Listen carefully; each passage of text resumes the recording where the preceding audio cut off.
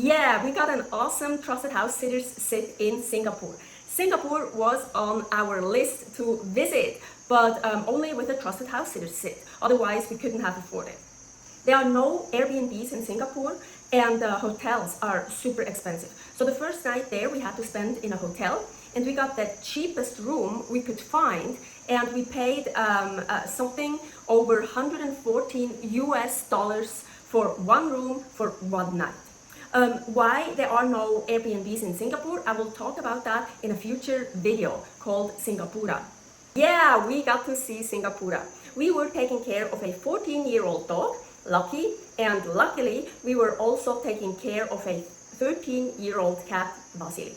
When we arrived, our hosts, Julie and Alex, explained us and showed us everything about the animals, and they even took us outside to walk around in the community, took us to the nearest hawkers, and took us on a short walk with Lucky. Since we're living a nomad life, I've been sending postcards as birthday cards.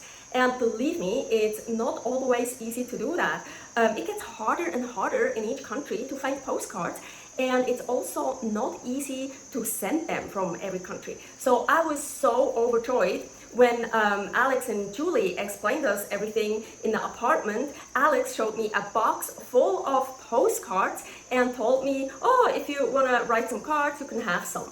Oh, so cool. For once, I didn't have to go find postcards. But actually, they were easy to find in like Chinatown or touristic places. So in Singapore, there are still many postcards available and actually also easy to find.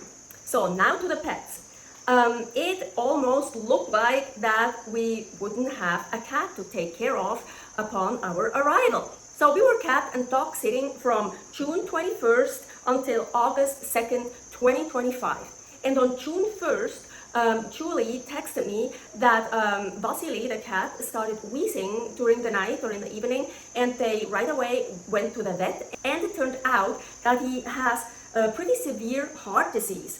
And the cat wouldn't have made it if they wouldn't have gone to the vet right away. The vet put him on lots of medications, but still Julie and Alex weren't sure how much longer the cat has. So she just kept texting me and updating me how Vasily was doing. It started to look normal again and acted totally normal again. I was so happy. So when we arrived, there was Vasily. He didn't look sick at all. You wouldn't tell at all that he's actually so sick. Quite a lot of fur was missing from the vet and also from Julie. Julie clipped off some of his fur because her kids wanted to get a piece of fur just in case he would die. So in the morning, 1 hour before food, he gets 2 droppers of liquid medication and a capsule. I wrap him into a towel super tightly, hold his head up, push on the sides of his jaw so he opens, and Paul squirts the liquid in there, and then with the pill popper puts the capsule back in his throat. I close his mouth and massage it so he swallows it. Paul then squirts some water in his mouth so it's easier to swallow. Then an hour later, he gets half an anti-anxiety pill crushed up mixed into his wet food. At night, the same procedure, but instead of a capsule, he gets a different medication in pill form popped into his throat. But at the beginning, Vasily wasn't really eating his food. So we started giving him the anxiety pill, well, half of it, also at the same time when we did all the other medication. Then later on, he turned back to normal and was eating his food very well, but we just kept giving him the anti-anxiety pill with all the other medication. It was just easier. And yeah, of course, he always asked for food when he wasn't supposed to get food, like 1 hour before medication and 1 hour after medication. During that time, he was also begging for food. So we always had to take away the dry food and also Lucky's kibble, because Vasily, the cat, also liked to eat the dog food. Giving Vasily his meds was, not that easy, a little bit of a challenge, but we had so much practice. Paul and I really turned out pros. We got so good and so fast with it. And lucky, Vasily was very forgiving. He hates it to get wrapped up and his jaw opened up and get medication. But so he was forgiving and he still loved you afterwards. He was sleeping with me in the bed or under my bed or at the end of the bed on Lucky's pillow. And sometimes, actually quite often, he was waiting in front of my room, and when I started going towards my room, he got in there. So he was like waiting for me to get into my room to lay on the bed. It was super cute. So Vasily is mostly Siberian, and he's a long-haired cat. So of course he had to get brushed regularly, and of course he hated it, but I still managed to brush him at least once a day, sometimes even more, and I even could untangle some of his knots with my fingers, but I had to be very, very careful because he really hated it and attacked me. I gathered some of Vasily's hair during those 6 weeks. Paul always complains, well, not really complaining, he just points out how much of my hair he finds everywhere, and he's surprised I still have hair on my head. And well, I can say Vasily definitely loses a lot more hair than I do. Here, 6 weeks of my hair I collected from my brush, and 6 weeks of Vasily's hair I collected from his brush.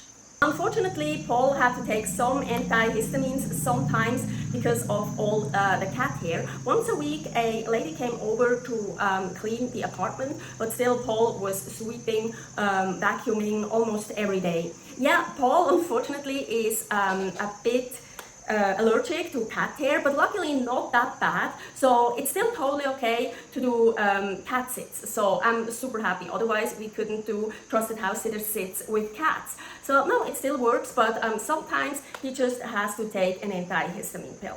Oh, how happy I was that we still got to meet and enjoy Vasily. Julia and Alex are so great. They even prepared everything in case Vasily wouldn't make it through those 6 weeks. And Paul said he knows what to do in case he would have died. But luckily he didn't, and to my knowledge he's still alive. I'm so happy. Before I start talking about Lucky, if you are interested in Trusted House Sitters, sign up and use our QR code or the link so you get 25% off of your first year. I can't put the QR code in the description, but the link will also be in the description. Lucky is a Uzbek village dog, so I guess they got him in Uzbekistan when they were living there. He is 14 years old, and he is really so super cute and adorable and so good. I could leave out my stuffed animals and he wasn't chewing up anything. He was quiet. Yeah, he barely barked. Actually, no, he did bark because he's super afraid. So when he heard the neighbors, or just because he was super scared. But compared to other dogs, he didn't bark a lot at all. Like for example, another Trusted House Sitter sit we did in the Philippines, here, Tinkerbell there, she barked a lot more. So Lucky is very timid. He's afraid of everything, and he hates the rain, and he hates to get his paws wet. So when it's raining outside, he doesn't want to go outside. And even when it stopped raining, but it's still wet outside, he doesn't really want to go outside. And when it's raining hard or like thunderstorm, he was so scared. He was following me around everywhere, and he was shaking so badly. Oh, I felt so badly for him. It's raining 5 minutes before it started, or 10 minutes before he came to my bed. He's so scared. He's just shaking all over.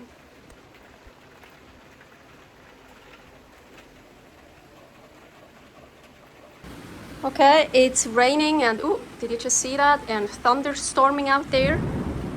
And Lucky is really scared of thunderstorm. You see how he's shaking? Oh my gosh, oh look how he's shaking. And he's following me around everywhere. He could be here next to Paul, but no, I'm gonna go into the kitchen now.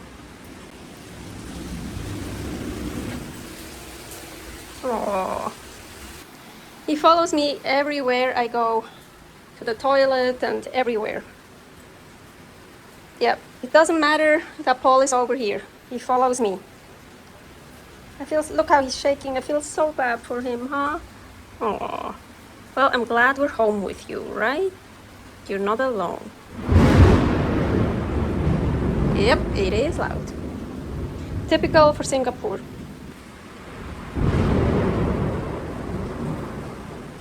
And sometimes when we wanted to take him out, he didn't want to go far, or he just got out of the door, the apartment door, and then just wanted to go back in right away. As soon as there's something that frightens him, he didn't want to go further, he wanted to go back. And so the hosts told us he's like that and we shouldn't force him. So of course we didn't, and we tried.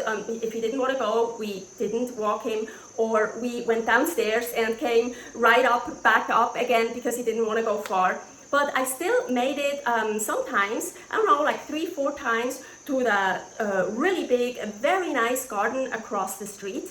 And it was so beautiful there. So he loved it there, and so I still got very nice walks with Lucky. Yeah, I felt so bad for him because every time I told him, hey, let's go for a walk, and put the leash on him, his tail was wagging and he looked so excited. So I'm sure he loves going outside. He loves sniffing and peeing on stuff, but his fear was just so much bigger than his excitement. When I made it to the Jurong Lake Park across the street with Lucky, we saw a huge, big lizard thing. I've never seen one of those before. Holy shit, look at this. Never seen that. Oh my gosh. It's like a giant lizard something.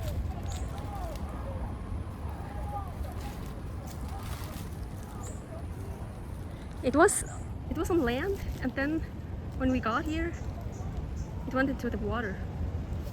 Come on, Lucky, let's go. And there's another one.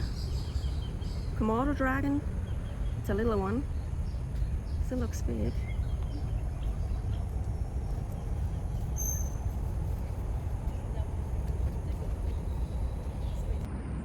We found another one. Komodo dragon swimming.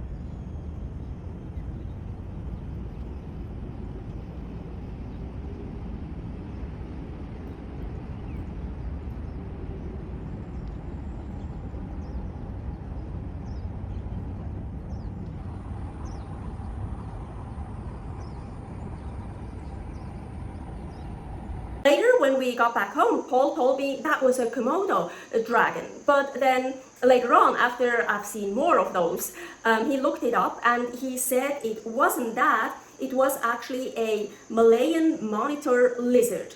And they're very closely related to the Komodo dragons. Lucky has a little piece of grass outside on the balcony, and every 2 weeks a new one gets delivered. And that's so great because he can't make it throughout the night without having to pee. So he has to pee a lot of times, so he can just go out on the balcony and use that little grass thing. And I also saw him eating some of that grass. Oh fuck, there was a sound outside. It was so annoying, it hurt my ears. It was so high pitched. And it was going on for a long time, not constantly, but a long time. And so very high pitched, so it sounded like a speed tile drill. But it wasn't just outside from where we were living, it was also when we were walking around in different parts of Singapore, I heard that same sound. So I was going crazy, and it was really so annoying. And I figured out, well, I've never seen it, but it has to be, I'm so convinced it has to be an animal. Probably a bug, an insect or something. And no, not the cicadas, it was much more high-pitched, really like, yeah, really like a drill, you know, crazy.